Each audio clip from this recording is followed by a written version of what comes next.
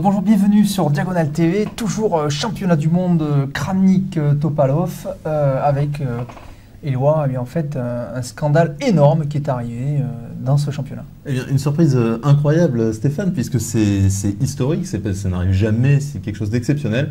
Il y a eu une partie qui a été perdue par forfait.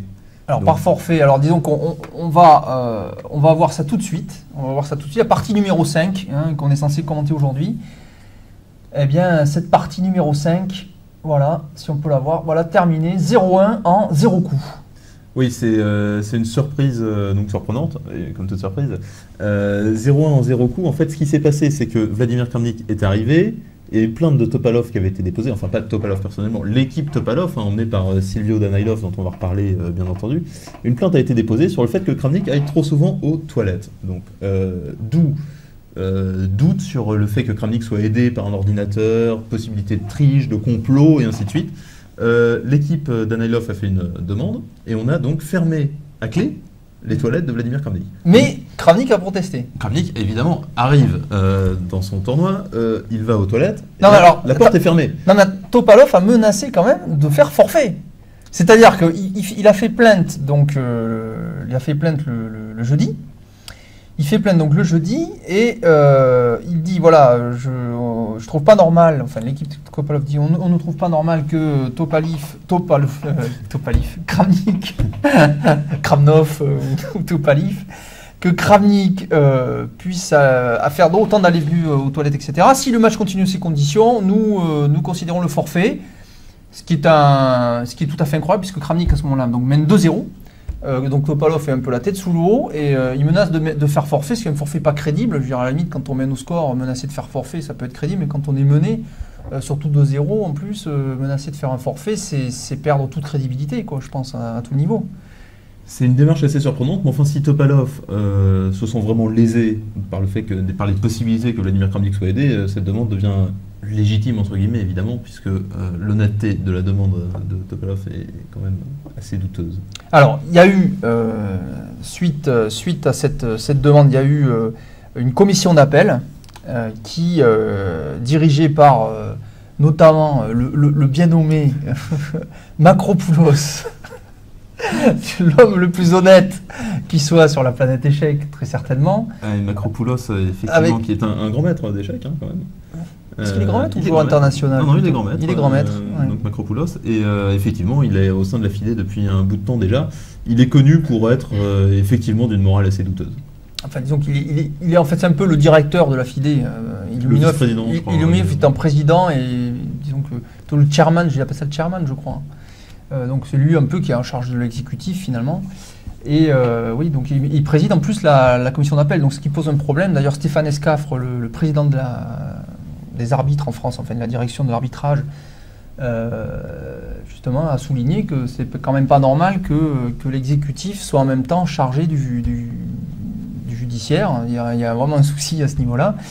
Et ce qui s'est passé, c'est qu'en plus, donc la plainte de Topalov, de toute façon, en plus, n'était pas faite dans les temps. C'est-à-dire que normalement, elle doit être faite 2 heures après la fin d'une partie. Toute plainte doit être faite 2 heures après la fin d'une partie. Ensuite, donc déjà, ça s'est fait le lendemain, ça s'est fait le jeudi, donc il y a un souci de ce côté-là. Donc Kramnik a posé toutes les réserves et se réserve le droit aussi d'attaquer la FIDE en justice après le match. Et Topalov donc menace de faire forfait à ce moment-là. La commission d'appel accepte sa requête et ferme les toilettes, comme tu l'as signalé. Cette fois, c'est Kramnik donc qui vient, qui lui attend que ces toilettes soient ouvertes, puisque bon, mais il justifie ses allées-venues parce qu'il a besoin de bouger. Puis de toute façon, il dit qu'on n'a pas à revenir sur un point du contrat qui a été signé au départ, donc c'était un point qui était clair et net.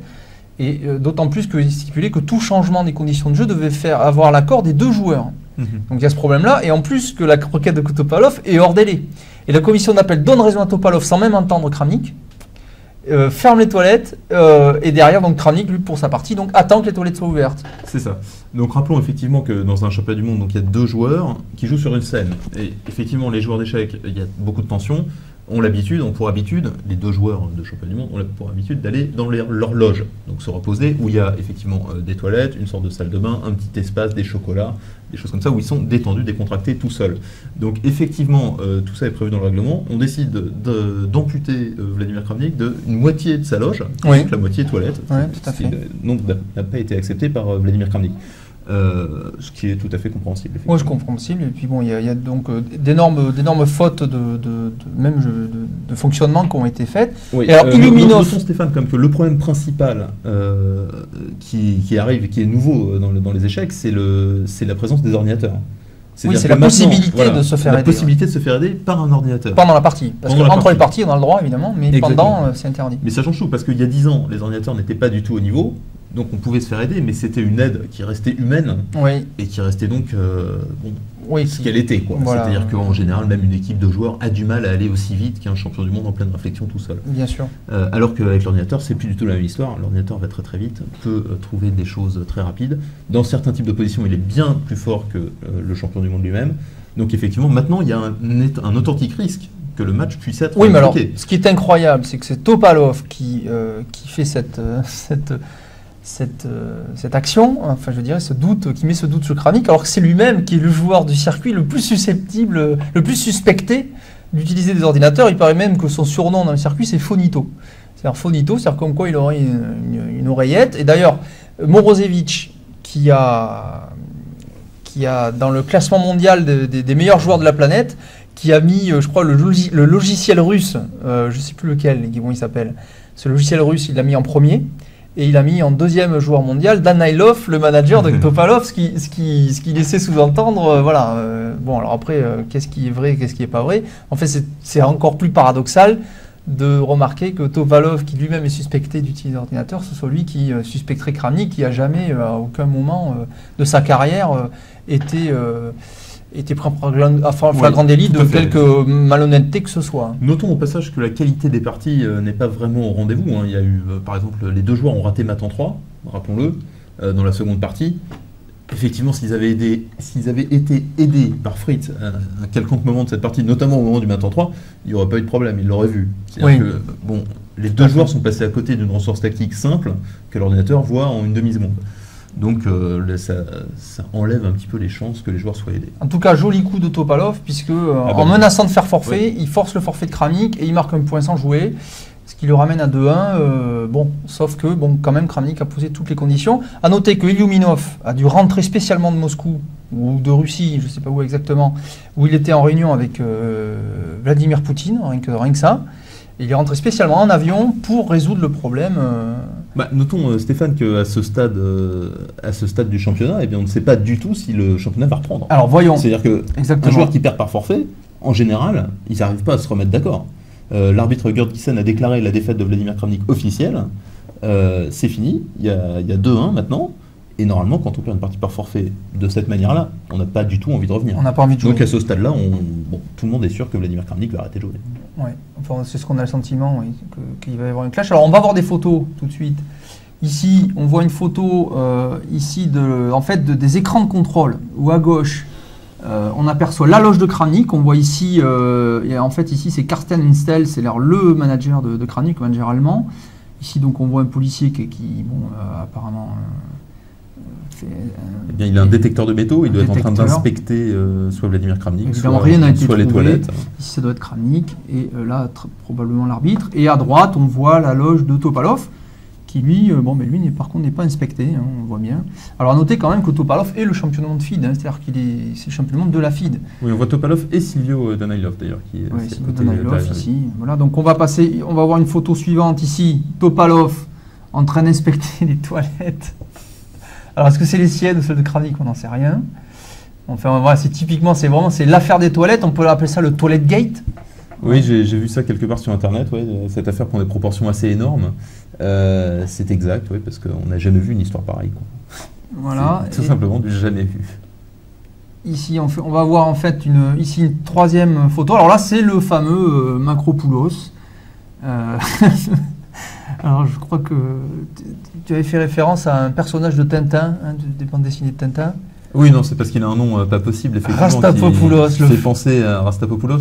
Non, mais Macropoulos est effectivement quelqu'un qui n'est pas très apprécié par les joueurs d'échecs d'une manière générale. Tout simplement parce qu'il fait des magouilles, des complots, des choses louches et bizarres. Il est toujours dans les mauvais coups, où il y a de l'argent un peu curieux qui arrive, on ne sait pas trop pourquoi. C'est lui qui est censé être le portefeuille d'Illuminov quand il s'agit d'acheter les élections pour les votes aux Olympiades. On sait qu'il y a beaucoup de choses là-dessus. Ouais. Donc Macropoulos a une réputation très très sulfureuse, qui est à mon avis fondée. Maintenant, effectivement, le mettre à la tête de cette commission d'appel du championnat du monde ne ressemble pas à grand-chose. C'est un gag, mais peut-être que Kramnik n'aurait pas dû accepter aussi. Dans ce Voilà, cas-là. exactement. Alors c'est peut-être une faute aussi de Kramnik au départ. D'autant plus qu'il est épaulé dans sa tâche par Zourab Azmaïl-Farjvili, qui lui aussi est quand même un sacré numéro en termes de corruption et de malhonnêteté. Alors on ne se prononcera pas quand même, on ne sait pas. On peut, non, toujours... ça n'engage pas du tout la toujours... Diagonale TV, c'est mon avis personnel. Voilà, il y a toujours la suspicion d'innocence. Il y a une suspicion d'innocence, mais c'est vrai que ça fait quand même des années que ces Gugus-là nous font des cours, des tours de pendu, et que bon, mais c'est pas le premier, c'est pas le dernier. Alors à noter que cette commission d'appel on va encore voir une photo où on voit encore ici Macropoulos en train de s'adresser à Kramnik.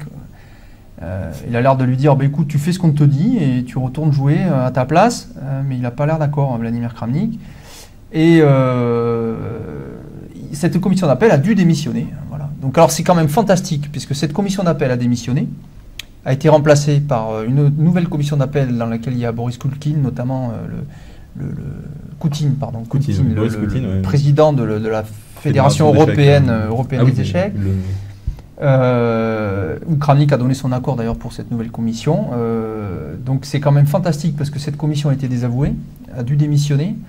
Que Illuminov a rendu ses droits à Kramnik, qui maintenant les toilettes sont de nouveau ouvertes, mais le point est toujours accordé à Topalov, ce qui est n'importe quoi. Je veux dire, il y a forcément quelque part là la FIDE qui a fait forcément une erreur. Ça peut pas, c'est pas compatible. Je veux dire, on peut pas d'un côté désavouer une commission d'appel, la remplacer, redonner les pleins droits à Kramnik et accorder le point. Notons pour l'histoire, Stéphane, que donc la partie, si ça a eu lieu, puisque c'est la partie qu'on commentera, donc que Vladimir Kramnik est revenu. Il a accepté de jouer, donc sous le sens qu'a donné Illuminov à la reprise du match, c'était quand même que les joueurs ne jouaient pas que pour eux, ils jouaient aussi pour les millions de fans d'échecs, ce en quoi il a raison. Je pense que tout le monde avait envie que le match continue de toute façon, mais qu'à un moment donné, c'est vrai que c'est tout à fait scandaleux que Kramnik soit ainsi mené au score. Alors, la partie du samedi a été repoussée. Kramnik n'est pas mené au score. Enfin, Kramnik est remonté. Il est remonté par un point forfait. À noter que le samedi, donc la partie, si ça n'a pas eu lieu le samedi, a été reportée au dimanche, a encore été reportée le dimanche, et finalement, elle a eu lieu le lundi. Et là, on est lundi, à la fin de cette 6e partie. Que maintenant on va pouvoir voir. Donc enfin, Kramnik cette fois revient. Mais alors à noter. Mais alors c'est incroyable, une décision de Kramnik tout à fait spectaculaire, qui accepte de rejouer, de continuer le match en ayant perdu une partie par forfait. C'est pratiquement du jamais vu. Et surtout, et en plus une partie avec les blancs où il avait les blancs. Partie où il avait les blancs. Donc oui. Non, c'est très curieux. Karpov a déclaré jamais j'aurais repris le match. Ouais, effectivement, ce qui est un avis tout à fait acceptable. Et Vladimir Kramnik qui fait sa déclaration amusante quand même, enfin c'est plutôt rigolo je trouve. Il dit oui, j'accepte de continuer le match, mais je me réserve toutes les options pour rediscuter du résultat de cette partie, de la partie qu'il a perdue par forfait. Ouais. Ce qui n'est pas très crédible quand on sait que s'il accepte de continuer le match, c'est qu'il accepte le résultat de la partie tout simplement. Donc voilà, 6e partie. 6e partie, donc alors comme Kramnik a perdu cette partie, cette 5e partie avec les blancs. Il faut quand même parler de ça. Il a perdu cette 5e partie avec les blancs. Ça veut dire qu'il a joué la 4e avec les noirs, qu'il va donc la jouer la 6e avec les noirs. Et comme on arrive à la mi-match, c'est ça, on arrive à la mi-match, alors le match est en 12 parties, à la mi-match ils ont décidé, pour changer un peu les règles des habituels championnats du monde, qu'à la mi-match on a réinversé le sens des couleurs. Ce qui fait qu'à la mi-match, Topalov va du coup reprendre, disons, le leadership blanc, Ce qui fait qu'il va jouer aussi la 7e partie avec les Noirs. Donc il va jouer 3 parties de suite avec les Noirs, Vladimir Kramnik. C'est du jamais vu là aussi dans l'histoire des championnats du monde. Oui, effectivement, c'est un nouveau règlement que je comprends pas très bien, qui est de vouloir inverser les couleurs pour la deuxième partie du match. C'est un peu bizarre. Il veut faire 2 matchs en fait. Ouais, c'est ça, 2 mini-matchs. En fait, 2 sets de 6 parties, mais alors que, bon, on compte le nombre de points bruts, donc enfin, c'est très bizarre. Et effectivement, là, comme il y a une partie par forfait, ça fait cette aberration. Technique. Cette aberration technique, exactement. 3 parties de suite avec Topalov blanc, Vladimir Kramnik noir. Alors voyons, maintenant, cette 6e partie. Donc, alors, selon la FIDE, alors là aussi, il faudra du coup tenir le compte. Selon la FIDE, Kramnik mène 3-2. Et selon Kramnik, il mène 3-1. Donc, non, mais c'est à noter parce que ce point par forfait, évidemment, fera, en cas d'égalité en fin de match, va faire l'objet de... Il va faire parler de lui. Ouais, je crois que l'histoire est loin d'être finie et que Kramnik a annoncé qu'il allait suivre l'action en justice. Donc, quel que soit le résultat, d'ailleurs, je pense qu'il aura raison de le faire. Si on veut que la FIDE évolue, il faut aussi mettre en place les actions qui permettront de la faire évoluer. Alors, voilà cette 6e partie. Topalov, donc, enclenche cette partie avec les Blancs en jouant le coup D4. Donc, classique, que dans ce match, on ne sortira pas du coup D4. Oui, apparemment les 2 joueurs ont décidé de jouer le pion dame. Veselin Topalov a des très bons résultats avec D4, c'est un des coups qui lui réussit le mieux. Donc logiquement, il a choisi D4 pour tout le match a priori. Et Vladimir Kramnik, pas mieux.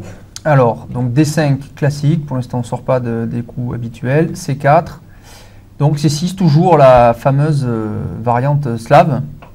Voilà, donc j'ai appris ça, donc on a vu ça avec Laurent Fressini notamment, qui nous a expliqué quelques astuces sur les dernières parties.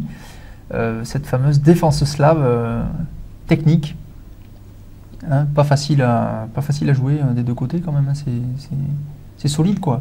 Bah, c'est une des grandes ouvertures d'échecs. Voilà. Il n'y a pas grand chose à déclarer de spécial, les Noirs tiennent le centre, jouent sur case blanche, c'est une grande ouverture à la mode, donc effectivement c'est technique. Et puis c'est compliqué parce qu'il y a beaucoup de théories et puis que tout le monde joue ça en ce moment. Donc effectivement une ouverture... Technique, donc, Stéphane. Technique, donc on défend très bien D5 et on se laisse la possibilité de sortir ce fou plutôt que de le bloquer tout de suite avec E6. Voilà. Alors, la suite, cavalier F3, cavalier F6, cavalier C3, et puis on prend C4. Donc Voilà, donc là une authentique slave, puisque donc on le rappelle une fois de plus, dans cette position il y a un choix très critique pour les Noirs. Il y a plusieurs coups, il y a E6, qui est une possibilité, qui donne de la semi-slave, A6 qui donne la fameuse slave avec A6, et le coup D prend C4, qui est le coup de la slave authentique, originale, telle qu'elle a été conçue au départ. Telle qu'elle a été conçue au départ. L'idée de D prend C4, c'est-à-dire que maintenant on a pris en C4, on a le pion en C6, donc on prépare l'avancée B5 pour soutenir notre pion C4, donc c'est ça l'idée au départ de la slave, c'est de menacer pion prend C4. Donc voilà, c'est fait. Ça force les blancs à jouer A4, puisque sinon les noirs vont jouer B5, c'est des sacrifices de pions qui sont assez douteux pour les blancs. En général, ça ne marche pas très bien. Donc on force les blancs à jouer A4. Maintenant, on s'aperçoit que la case B4 devient faible. Donc c'est une belle case pour le développement du fou, de case noire. Soit le fou. De temps en temps, il y a certaines variantes où c'est le cavalier qui y va. Donc les noirs ont pris cette case B4. Et en revanche, les blancs, eh bien, ils ont pris le centre. Puisqu'on voit qu'ils ont maintenant 2 pions au centre contre un seul. Donc voilà, c'est un débat d'idées. Un débat d'idées, très bien. Alors, donc là aussi l'idée de cette slave, c'est maintenant après fou F5, évidemment quand on jouera E6, c'est bien que le fou n'est pas derrière ses pions, il n'est pas coincé. Donc c'est une des possibilités comme ça de développer le fou. Fou F5 empêche évidemment les blancs de jouer E2, E4, ce qui est très important. Contrôle très bien évidemment la case 4 avec le fou et le cavalier. Voilà, donc empêchant la libération centrale qui serait très bien pour les blancs. Et là, Topalov joue son coup.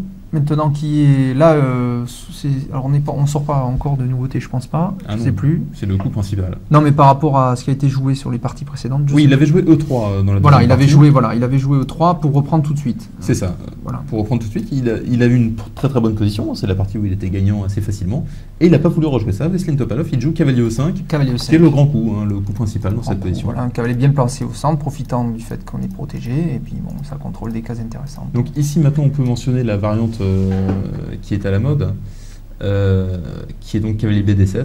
Alors, cavalier BD7. Voilà, qui est prend C4. Donc, prendre le pion. Et là, je crois que le coup principal, alors franchement, j'ai un petit trou de mémoire dans cette position. Il y a une grande variante, je crois que c'est Dame C7 en préparant E5. Donc, je jouerai Dame C7 et ensuite pour préparer E5. Et après G3, il y a des parties très très compliquées. ça part dans tous les sens. G3, fou G2, donc c'est une possibilité, mais les joueurs ne rentrent pas là-dedans, puisque Vladimir Kramnik a choisi le coup E6, plus calme. Bah, c'est pas que c'est plus calme, c'est que c'est l'ancien coup principal. C'est-à-dire E6, il y a eu des centaines de parties avec E6, notamment des parties de Vladimir Kramnik avec les blancs. Oui, mais c'est moins agressif quand même, puisque l'idée avec E5, c'est quand même très agressif. Alors que là, E6, c'est quand même plus calme, c'est-à-dire je n'essaie pas d'attaquer au centre tout de suite. Il veut jouer C5 très certainement plus tard. Alors E6, il faut dire que c'est la très très grande variante, que c'est extrêmement compliqué et qu'il y a un sacrifice de pièces qui arrive, théorique. Donc on va voir tout de suite. Parce F3. Il y a beaucoup de choses forcées. Donc là, logique dans cette situation. Donc ici, on joue F3 pour maintenant pousser E4, puisque les deux pièces adverses, pour l'instant, contrôlaient très bien la case E4. Donc il faut arriver à percer au centre, puisque c'est la compensation des blancs. Alors, c'est toute l'idée d'avoir déplacé le cavalier E5 qui était sur la case F3, c'est justement de pouvoir avancer ce pion et de jouer E4. On s'aperçoit que quand on a installé une phalange de pions, donc sur case blanche ici, avec les blancs, le fou doit battre en retraite en G6, et les noirs se retrouvent avec un fou G6 complètement muselé, puisqu'il tape justement sur cette chaîne de pions très solide. Donc il tape sur le pion 4 qui est blindé, et on s'aperçoit que le cavalier F6, au passage, est également muselé parce que toutes les cases où il peut aller sont contrôlées par les blancs. Donc en fait, c'est une stratégie d'enfermement ici que fait Topalov, c'est-à-dire il joue pour jouer E4 contre les deux pièces, fou F5 et cavalier F6. Ça, c'est tout à fait normal. Maintenant, le coup principal dans cette position, où il y a eu énormément de parties, un nombre colossal de parties, c'est fou B4. On va vous montrer la variante, sans entrer dans les détails, parce qu'elle est extrêmement compliquée. E4. Et là, il sacrifice de pièces. Et là, on donne la pièce. Fou prend E4. On prend. Puis on prend. Pour profiter du clouage. Cavalier prend. On a au moins récupéré 2 pions. 2 pions, exactement. Et on menace de prendre encore le cavalier. Maintenant, le coup, c'est fou D2. Et là, on peut prendre en D4, c'est ça. Et dame prend D4. Dame prend D4. Ça fait déjà 3 pions. Ça fait 3 pions pour la pièce. Donc on peut supposer que c'est déjà intéressant de calculer ça, quoi. C'est-à-dire qu'en fait, on va finir par 3 pions pour la pièce, du jeu dans tous les sens. Beaucoup de parties de Vladimir Kramnik avec les blancs, qui a joué ça notamment il y a plus de 10 ans, je pense, dans son match contre Joël Lothier, à Cannes, match qui date un petit peu, et qui gagnait avec les blancs assez facilement. Donc voilà, après F3, le coup principal était fou B4 pendant très longtemps. Et on s'est aperçu, la pratique récente, la pratique moderne, a montré que les blancs, avec leur pièce de plus, arrivent à transformer l'avantage en général. D'accord, donc c'est quand même, ça serait un avantage blanc. Donc c'est pour ça que Kramnik dévie, sans doute, de cette grande variante pour jouer un autre coup, C5. Oui, C5 qui est un coup quasi oublié. Donc logique, aussi d'un autre côté c'est un coup logique, protégé par le fou évidemment, et ce pion fait pression sur le centre, profitant du pion aussi qui est en E6 déjà, et qui, empêchant notamment la poussée des 5. Donc le pion D4 étant immobilisé, ça peut être le bon moment pour l'échanger. Donc c'est un coup logique.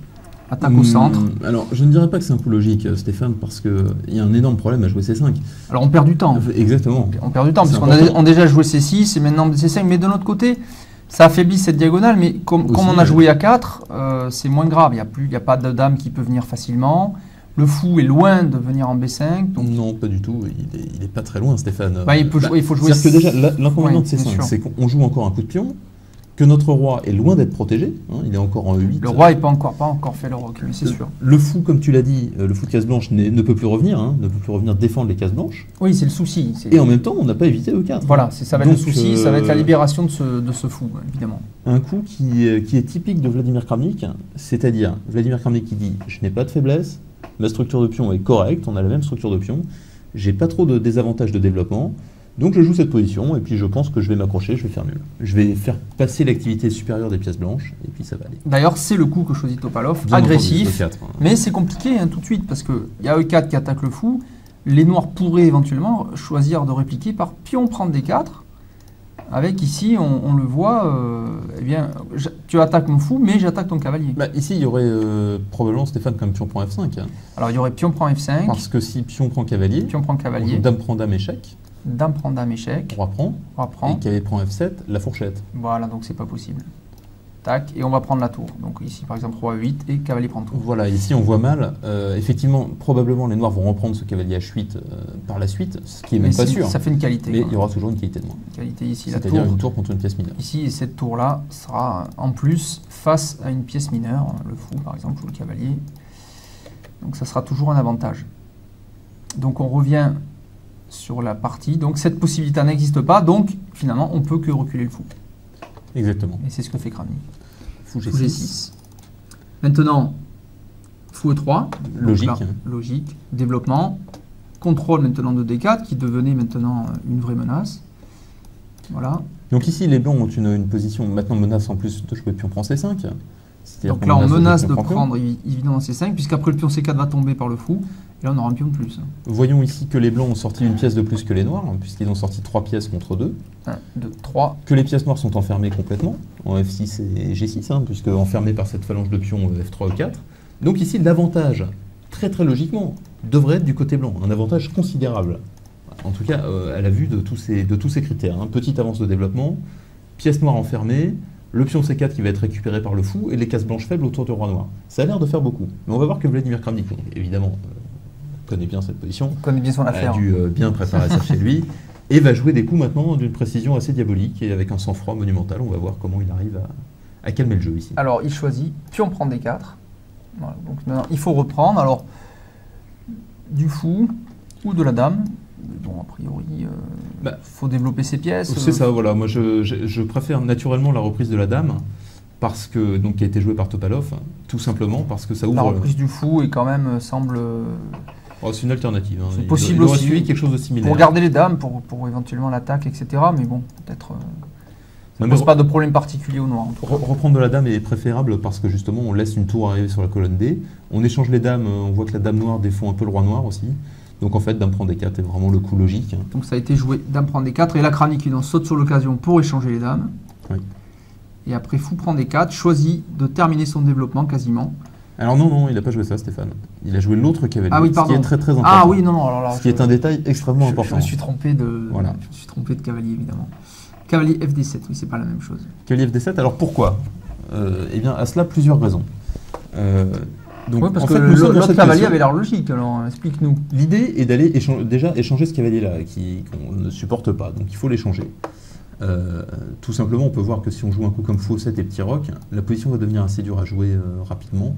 D'autant plus que, probablement sur fou 7, il y a peut-être des petits cavaliers B5 qui traînent ou des choses comme ça. Bon, on veut changer ce cavalier, qui est trop fort. Maintenant, donc on va jouer un cavalier en D7. Si on joue ce cavalier-là, le cavalier en B en D7, on va s'apercevoir qu'il va y avoir un problème dans cette position. Donc simplement, par exemple, cavalier prend C4. Ici, à nous de jouer. Mais comment on va sortir nos pièces maintenant? C'est ça toute la question, par exemple, après fou E7. Oui. Donc déjà, il y a des possibilités tactiques à base de E5, le cavalier F6 qui se retrouve mal placé. Mais je pense que même si ici, Topalov joue des coups simples, par exemple cavalier B5, qui est intéressant, voire avancer le pion A5 pour mettre la pression sur le pion A7, les noirs vont manquer de coups. Ils n'arrivent plus à sortir leurs pièces comme ça. Ouais, donc alors que nous allons voir que dans la partie, rien à voir. Donc après, en fait, il veut libérer son cavalier de l'emprise des pions noirs, des pions blancs. Après cavalier FD7, eh bien, le plan maintenant pour Kramnik, c'est F6 fou F7 E5 qui égalise. D'accord. C'est-à-dire qu'il est très important de libérer ce donc il replace ses pièces en fait. Exactement. Il replace sa pièce, il voit que ce cavalier F6, il est condamné à être passif. Autre chose importante, Stéphane, c'est que sur cavalier prend C4 maintenant, donc comme on l'a vu avant, c'était tout à fait possible, le cavalier viendra en C6. Voilà. Ce qui est quand même plus actif. Qui fait un sacré écart. Les cavaliers comme ça, bien placés, qui tiennent toutes les cases, c'est quand même beaucoup plus fort. C'est plus fort. Ça chasse le fou D4 et c'est très important. C'est quand même du temps. Donc quand on revient maintenant dans cette position-là, eh bien, si on réfléchit un petit peu, on voit qu'il n'y a pas photo. C'est ce cavalier-là qui doit venir ici pour permettre F6 et pour garder l'option cavalier C6. D'accord. Voilà. Donc grosso modo, pour résumer, on veut liquider ce cavalier E5, on veut donc mettre un cavalier en D7, et quand on choisit, eh bien on s'aperçoit que naturellement, c'est le cavalier F qui doit y aller. Très bien, cavalier FD7, là cavalier prend cavalier, donc là c'est logique, reprise, et maintenant fou prend C4, logique, là, on sort sa dernière pièce, tout en prenant le fameux pion qui nous manquait depuis tout à l'heure. Donc c'est ce pion en fait qu'en général on n'arrive pas à garder avec les noirs de toute façon. Donc voilà, c'est fait. Le développement on peut dire quasi terminé pour les blancs. Maintenant les blancs ont le choix petit roc, peut-être même grand roc, voire même roi E2, plein de possibilités pour le roi. Ouais, notons que le fou D4 exerce une petite pression désagréable sur le pion G7. Oui, donc ça immobilise le fou. Et en même temps, il y a des possibilités de fou B5 ou cavalier B5, des invasions sur ces cases. Cavalier ici, cavalier au fou, et c'est pourquoi Kramnik joue à 6. Voilà, tout simplement. D'abord, en plus, ça enlève ici ce fou qui avait un œil sur A7. Donc c'est pratique, parce que la tour va pouvoir rentrer en jeu éventuellement. Et aussi, évidemment, ça contrôle cette case d'invasion pour un fou ou pour un cavalier. Et là, maintenant, effectivement, donc là, Topalov choisit roi E2 plutôt que de faire un rock. Alors on fait souvent ça quand on estime qu'on est proche de la finale. Là, on est en finale. On est en finale, même on peut dire, puisque les dames sont échangées, mais enfin, c'est pas vraiment une finale, quoi. Hein. Il y a encore beaucoup de pièces. Oui. Alors, mais le roi, on va estimer que là, Topalov estime que son roi sera safe en E2, tranquille, et il estime il vaudra mieux que le roi soit plus proche du centre, en E2, que en G1, où il aurait fallu rejouer des coups en plus pour aller vers le centre, ce qui peut arriver si on arrive dans une finale. Non, c'est très logique, parce qu'en fait, Donc, roi E2. Veselin Topalov anticipe que les échanges de tours vont arriver. Hein. Il y a 2 colonnes ouvertes, donc les tours vont s'échanger. Colonne ouverte ici, cette colonne et cette colonne-là. Donc, il anticipe sur les échanges de tours, donc logiquement, il préfère que son roi soit bien placé au centre. On voit que le roi E2 ne risque absolument rien pour le moment. Il ne peut pas être mis en échec par aucune pièce noire. Et c'est une situation qui risque de durer. Donc, roi E2, évidemment, beaucoup plus logique que le reste. Donc, tour G8. Alors logique, mais pas, logique, mais pas facile à trouver quand même. Hein. Non, c'est pas logique. Un peu quand même, si, parce qu'on protège le pion pour sortir le fou. Voilà, on veut sortir ce fou. C'est l'idée de Kramnik, il veut sortir ce fou, par exemple en B4, pour échanger peut-être avec un cavalier, je ne sais pas, ou en C5, pour s'échanger avec le fou. Donc il protège le pion G7. Moi je dirais plutôt que tour G8, c'est un coup qui fait peur. Disons, oui, ça fait peur, ça a l'air passif, voilà. ça a l'air évidemment, c'est passif. La tour, bon, elle n'est pas superbe, super attaquant en G8. Et ben, ce qui est intéressant de noter, donc on peut revenir sur la position précédente, dans cette situation-là, il faut voir, donc effectivement les colonnes ouvertes, ça on l'a vu, mais il faut voir que toujours le plan c'est F6, fou F7. Mais pour le moment, on a un énorme problème, c'est qu'il faut défendre le pion E6. Oui. Parce que si on avance le pion F, eh bien, le fou viendra prendre ce pion. Tout à fait. Donc ça, c'est le problème. Donc Kramnik, ici, se demande comment va se passer la suite de la partie. Il voit qu'effectivement, il a un plan qui est donc tour G8, fou bouge, mettons en B4, hein, roi E7, défend le pion E6, et après F6 et fou F7. Et là, il égalise. Maintenant, c'est très long. Donc Vladimir Kramnik doit avoir peur, c'est-à-dire que tout le monde aura peur de jouer un coup comme tour G8 pour menacer fou B4, pour menacer roi 7, pour menacer F6, qui au final ne menace toujours rien. Oui, tout à fait. Donc effectivement c'est très long et ça menace rien. Ce qu'il faut voir, c'est que pour Topalov, eh bien, c'est très très difficile de trouver un plan de pion. Et ça c'est les situations que Kramnik aime bien, c'est que là Topalov il peut mettre ses tours au centre, mais comme on va le voir, ça ne donnera pas grand-chose. Et c'est très difficile de trouver un plan avec les pions, tout simplement parce qu'il n'y en a pas. Si on joue H4, Veselin Topalov va jouer H5, ça va se bloquer. Si on joue G4, eh bien on arrivera un coup trop tard. Au moment où on jouera H4, eh bien il y aura F6. Donc en fait, ici, il n'y a plus vraiment de possibilité pour Topalov. Et il semblerait que Vladimir Kramnik ait bien tout analysé. Veselin Topalov n'a rien trouvé, donc probablement cette position serait égale.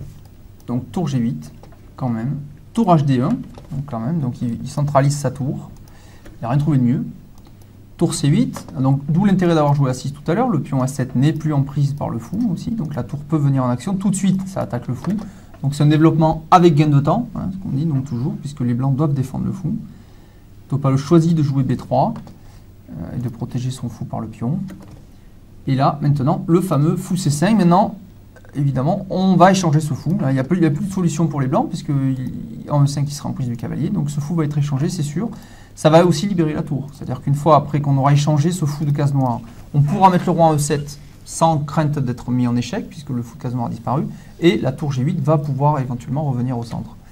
Donc là, Topalov choisit A5, donc il essaie de faire une pression, notamment sur la case B6. Hein, oui, A5, il y a un coup assez logique, c'est-à-dire que Topalov anticipe l'échange des fous de case noire, donc plus bientôt aucun camp n'aura un fou de case noire. Donc là, il sera important d'avoir fixé les pions sur des cases blanches. De la couleur de son fou d'attaque. C'est ça, exactement. Chacun aura son fou de case blanche, donc ce sera important pour les blancs de mettre leurs pions sur case noire. Donc Topalov anticipe là-dessus. Et effectivement, comme tu l'as dit Stéphane, le cavalier qui peut revenir sur la case B6, cette case qui maintenant est fixée. Ouais. Donc voilà l'idée de ce coup A5, qui est d'une logique implacable. Et qui est en même temps un coup assez simple. C'est-à-dire que c'est pas positionnellement extrêmement complexe. Oui, c'est-à-dire c'est un bon réflexe. On met les pions sur la couleur de son fou d'attaque qui restera une fois que ces deux fous auront été échangés. Le fou ici, il est bien content que de pouvoir avoir des cibles, même si tout de suite il ne peut pas les attaquer puisque c'est défendu, mais s'il pouvait plus tard être par exemple en E4, une fois que ça a bougé tout ça, eh bien il fixerait une pièce noire à la défense du pion B7. Donc oui, il peut y avoir aussi des sacrifices, hein, dans certaines parties, on peut éventuellement envisager des sacrifices. Très éventuel. Très éventuel, mais ça peut arriver. On peut prendre une pièce contre deux pions, on aurait deux pions passés liés aussi, ça peut être des thèmes aussi. Recette, donc classique. Kramnik aussi se presse pas pour faire les échanges, parce qu'il estime si les blancs échangent eux-mêmes, mon cavalier sera pas mal sûrement en C5. Voilà son raisonnement sans doute. Quoique même avec la tour c'est bien, peut-être pour doubler les tours aussi. Bah, surtout le raisonnement c'est qu'il va jouer F6 et E5 maintenant. Et il va jouer F6, E5, et puis il va échanger les fous. Et fou F7, il va échanger le dernier fou. Il veut tout échanger Kramnik pour faire nul. Exactement. Cavalier A4, donc là Topalov continue, là, cette fois il menace de prendre avec le cavalier, ce qui ne serait pas la même chose, puisqu'on perdrait la paire de fous, et il peut aussi enlever son fou de l'attaque. Alors on a l'impression que Kramnik devrait ici échanger le fou. On a cette impression-là, mais alors si on inspecte la position d'un peu plus près, on va s'apercevoir que donc, Vladimir Kramnik a joué le coup fou B4. Voilà, donc finalement il ne change pas. Il ne change pas. C'était sa première idée. Exactement. En fait, c'est une sorte de contre-pied, une sorte de changement de direction. Mais il attaque le pion. Il attaque le pion A5. Donc il a visé une faiblesse finalement. Et en fait, il a décidé, Vladimir Kramnik, que maintenant que Topalov a investi du temps pour jouer A5 et cavalier A4, c'est-à-dire pour menacer d'envahir cette case B6, eh bien, il n'est plus temps, il faut garder les fous de case noire maintenant. C'est plus logique. Et il a tout à fait raison. On peut regarder la variante fou prend D4. Tour prend D4. Tour prend D4. Ici, ça va devenir plus compliqué. Donc, logiquement, maintenant, la tour vient se centraliser. Oui. Ici, on peut envisager un coup très simple comme tour AD1. Et maintenant, eh bien, on s'aperçoit qu'il est resté avec son fou ici. Que le coup F6 n'est pas si évident à jouer parce qu'il y a des combinaisons. Par exemple, tour prend D7 qui marcherait. Qui a l'air de marcher. Qui a l'air de marcher, puisqu'à la fin, il y aurait un échec du cavalier, on peut le montrer. On peut montrer, F6 ici, tour prend D7 échec, tour prend. Tour prend. Tour prend, tour. Roi prend. Et maintenant, la pointe. La petite fourchette. Petite fourchette échec. Échec au roi, attaque la tour. Le roi vient ici, par exemple. On prend la tour. Et après, roi prend. Fou prend pion aussi à la fin. À la fin. Avec une finale techniquement gagnée ici. Ouais, c'est gagnant. Ouais. Tout simplement parce que. Et en plus, parce que les pions. Et en plus, les pions sont bloqués. Sont sur la mauvaise couleur. Tout à fait. Donc ça, c'est le genre de choses, une variante comme une autre, qui peut arriver si on joue fou prend D4, qui permet aux blancs de reprendre de la tour, de doubler rapidement leurs pièces, et en même temps d'avoir une meilleure structure de pion. Donc Vladimir Kramnik, évidemment, avait anticipé sur ce genre de possibilités et avait prévu de jouer fou B4. Fou B4. Alors la suite, voilà, cavalier B6. Donc là, Topalov n'avait pas le choix trop, hein, puisqu'en fait, le pion est attaqué. Donc en jouant cavalier B6, il protège son pion avec la tour. Et maintenant, il propose aussi un échange. Et là, Kramnik n'a pas non plus le choix. Il y a une sorte de fourchette entre deux pièces. Bon, on peut envisager des coups comme tour C7, mais enfin, on n'a pas envie trop de jouer ce genre de coup. Bah, ici, c'est oui, cavalier pour cavalier. Donc l'échange est logique. Voilà. Fou prend. Il faut voir que Veselin Topalov a perdu beaucoup de temps parce qu'on voit que le trajet du cavalier C3 pour arriver en B6 était long. Oui. Et qu'il n'a fallu qu'un seul coup à Kramnik pour l'échanger. Donc en fait, progressivement, Vladimir Kramnik récupère son handicap de temps. Ouais, bien sûr. Pas à la pendule, hein, mais de temps sur l'échiquier en termes de coût de développement. Et que ici, maintenant, effectivement, il arrive à jouer le coup F6. Donc maintenant, il joue F6, et là, ça y est, il a son petit plan, E5, et on va jouer fou F7, on va échanger ce fou. Il faudra quand même faire attention aux pénétrations de la tour sur la 7e. Hein. Donc on va regarder la suite, tour D3, et là, tout de suite, tour C6, d'abord dans un premier temps, que fait Kramnik. Alors peut-être qu'il veut échanger les tours en cas de doublement. Il veut échanger une tour. Bah, c'est exactement ça. Donc si... En fait, il évite, c'est pas qu'il évite, c'est qu'il part la menace, qui était quand même de jouer tour D1. Parce qu'on ne peut pas venir en D8 hein, voilà, à cause du fou. Donc voilà, mais par contre, on peut venir en D6. Et s'il arrive à échanger une tour, c'est de suite beaucoup moins dangereux, puisqu'une pénétration en D7 n'est plus possible. Donc ici, Topalov choisit le coup H4. Oui, il faut dire que la position a changé d'évaluation. Ici, maintenant, les noirs ne risquent absolument rien dans cette situation. C'est plutôt les blancs qui doivent faire attention parce que justement le pion A5 risque d'être faible de temps en temps. Ce pion peut être faible, pour l'instant il n'est pas défendu et il est sous pression du fou, donc ça oblige le fou B6 à rester en B6. Ou la tour ici, donc il faut en tout cas laisser une pièce à la défense du pion, donc c'est toujours un peu passif. Donc ici il n'y a plus vraiment de problème pour Vladimir Kramnik qui a le plan. Donc GC8, tranquille. Alors là je pense que l'idée aussi, bon d'abord la tour est beaucoup mieux ici évidemment qu'en G8 où elle n'est pas du tout active. Et on peut envisager d'échanger des tours sur la case D6 et ensuite de remettre une tour en C6 pour revenir... éventuellement sur la case D6 aussi. Voilà une possibilité. Et puis bon, la tour ici, oui, elle va vouloir s'activer. Évidemment, on ne pourra pas passer, puisque ce fou contrôlé ici par le pion contrôle très bien, empêche toute pénétration sur la colonne C. Mais cette case C6 et cette case D6 sont les cases clés qui permettent de provoquer des échanges. Donc ici, G4 de Topalov, menace sans doute H5. C'est ce qu'il veut faire, sans doute, et créer un peu la pression sur la chaîne de pions adverse. Oui, il essaie surtout de gagner du terrain. Il essaie de gagner du terrain, de l'espace. C'est ça. Évidemment, ici, on a gagné de l'espace, on est sur la 4e. Il voit qu'il n'y a plus grand-chose à tirer de la colonne D à cause de tour D6 qui neutralisera tout. Donc ici, il sait qu'il n'y a plus grand-chose, Topalov, mais il joue quelques coups. Il essaie de ne pas être moins bien, tout simplement, mais enfin, il continue à jouer. Fou C5 de Fidèle à Kramnik. sa Maintenant, il stratégie dit c'est l'heure, je menace, fou prend, pion prend, tour prend, gagne un pion. Exact. Topalov répond calmement par tour AD1, menace de venir sur la 7e. Oui, il faut noter que s'il n'avait pas joué tour AD1, mais fou prend fou, Alors s'il avait joué fou prend fou, voilà, Topalov, tour prend. tour prend. Et ici, il y aurait des petits problèmes pour les blancs, ça commence à se préciser, parce que le pion A5, on ne peut plus vraiment le défendre. Ce pion est difficilement défendable. Évidemment, si on essayait de protéger, il y a un problème du fou, et il n'y a pas de casse ce fou. Et en plus, même en du temps qu'il parte, ça laisserait une pénétration aux 2 tours sur la colonne C. Et ici, il y a des plans maintenant pour les noirs. Hein. Ça Donc peut ça- être F6, fou F7 et suivi de E5. Ça peut également être 5. fou E8 suivi de H5 ou H5 tout de suite. Fou 8. D'une manière générale, les tours noirs sont plus actifs que les tours blanches, tout simplement, avec un léger avantage pour les noirs. Attaque le pion A5. Voilà le problème. Très bien. Alors, on va regarder la suite. On va voir comment ça se simplifie. Donc il n'a pas joué naturellement fou prend fou. Donc, Il a joué tour AD1.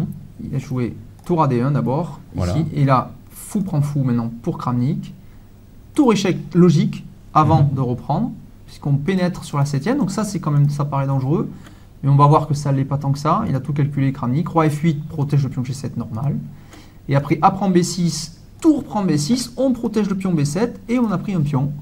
Donc là, on peut dire même que, bon, mais on peut dire que cette tour quand même est quand même menaçante, mais on ne peut pas doubler les tours sur la 7e. C'est-à-dire que cette tour n'a pas de case, ni ici, surtout ce qu'il faut ni dire, là. Stéphane, c'est que là, les noirs ont un pion de plus quand même. Et il y a un pion de plus, voilà, c'est ça. Mais il y a quand même cette tour en 7e, qui est quand même une vraie Oui. menace. Cette tour en 7e. Et il y a cet avantage d'espace aussi à droite, qui n'est pas négligeable. Là, je pense pas qu'on puisse vraiment traiter cette position avec des généralités, Stéphane, Mais parce que on menace H5, Éloi. quand même. H5, il y aura fou F7, non, tout simplement. Ouais, H5, fou F7, c'est vrai, il peut y avoir fou F7, mais on peut après essayer de casser la Voir structure. fou E8. Alors évidemment, fou E8, menace, la tour serait obligée de battre en retraite. Ça, c'est évidemment la vraie menace. Mais le pion E6 sera un peu faible. Donc non, mais ici, simplement, il faut dire que Veselin Topalov a vu un coup pour les blancs qui récupère le pion. Voilà, Ça, c'est important. Donc c'est important, c'est le coup. Voilà, Tour tour 1d6, attaque la tour. Et maintenant, le pion E6 est attaqué aussi. Donc Kramnik, on va voir, simplifie. Voilà, l'échange prend. est obligatoire. Tour prend. Le pion E6 maintenant est toujours attaqué. Et la Kramnik choisit d'en profiter pour échanger les tours facilement avec tour C6. Voilà, maintenant, si tu prends E6 avec la tour, j'échange évidemment. Alors, pardon. Si tu prends en E6 ici, ça serait une faute, évidemment, là. Il y aurait un avantage noir, hein, puisqu'après tour prend tour, fou prend, Ouais. eh bien les noirs auraient le fameux pion passé éloigné. Non, alors là. ça serait beaucoup plus grave que ça, Stéphane. Il y aurait fou F7. Hein. Il y aurait fou F7. Non, mais tout de suite, la fou F7. Fou maintenant. F7, voilà, oui, avec le pion passé éloigné. Et voilà, le pion passé éloigné qui, est donc, Qui gagne. qui marche aussi en finale de fou, mais qui marche là, particulièrement bien en finale de pion. Ici, Évidemment, le pion est attaqué. Non, mais à la limite, on peut aussi jouer fou C8. Hein. voilà, fou C8. Fou C8, on aura Fou prend B7 et quand même A5 avec menace A4, A3, A2 et on voit pas trop comment parer ça à moins d'amener le roi et dans ce cas-là le roi noir a toute liberté d'aller prendre ses pions. Ouais, dans ce genre de position, il y a des bonnes chances de gain pour les noirs. Il y a une grande chance, très grande chance de gain, tout à fait. Donc tour prend C6 pour Topalov pour éviter, hein, on a vu, donc il faut pas prendre évidemment E6. Il ne faut pas permettre ces finales. Tour prend, il faut d'abord échanger les tours, logique. Ensuite, Pion prend C6. pion prend C6. Et là, petit geste technique de Topalov. Il joue pas fou prend A6 tout de suite parce qu'il y aurait le coup C5. Fou prend A6 ou fou prend E6. Non, il joue un très joli Voilà, coup. il joue hein. le coup d'immobilisation, de blocage. D'abord B4 très joli, il met son pion sur noir, donc il immobilise les pions adverses sur blanc, c'est toujours mieux. Et au coup d'après, il va prendre soit E6, soit A6. E5 de Kramnik, et après fou prend A6, proposition de nul. Même les blancs ont un tout petit avantage qui est ce pion C6 qui est sur blanc, mais c'est qu'une toute petite faiblesse. Non, ici, Et il n'y a rien du tout. Les noirs amènent le roi en D6. Voilà, on amène le roi en D6, et les pions étant sur noir, Voilà, on n'a pas d'autre faiblesse, c'est impossible de passer. Voilà. Donc ici, c'est une nulle des nuls. Il n'y a plus rien à en tirer de cette position. Donc nul après tout cet épisode des toilettes et de cette fameuse commission d'appel. Donc Kramnik a quand même été déstabilisé, surtout on lui a volé un point, on peut dire ça. Je crois que tout le monde est d'accord sur tous les forums internet, tous les grands sites internet pour dire que le point lui a été volé par une commission d'appel qui est partiale, Véreuse. véreuse, enfin qui n'est pas partiale, quoi, qui a des intérêts, Exact. y compris financiers, puisqu'ils sont payés en fait par la FIDE pour officier. Oui. Comment on dit Officier, oui. Officier, ouais, voilà. Ouais. Non, en fait, il y a un personnage sur lequel on reviendra dans les prochaines émissions, dont on n'a pas beaucoup parlé encore, c'est Silvio Danailov, le manager de Topalov, qui est un personnage très particulier, et c'est lui qui est à l'origine, en fait, un peu de toute cette histoire, et de tout ce qui s'est passé. L'affaire des toilettes, c'est un peu l'idée de Silvio Danailov. En Qui tout- est, le manager de Topalov depuis vraiment plusieurs années. C'est lui qui l'a coaché depuis le début. Et on reviendra sur ce personnage qui est quand même assez fascinant. Tout à fait. Donc, résultat, après cette sixième partie, si on considère que c'est la sixième partie, que la cinquième a été acquise par Topalov par forfait, eh bien, c'est 3,5 pour Kramnik contre 2,5 à Topalov. Rendez-vous pour la septième partie, si elle a lieu. Si elle a lieu.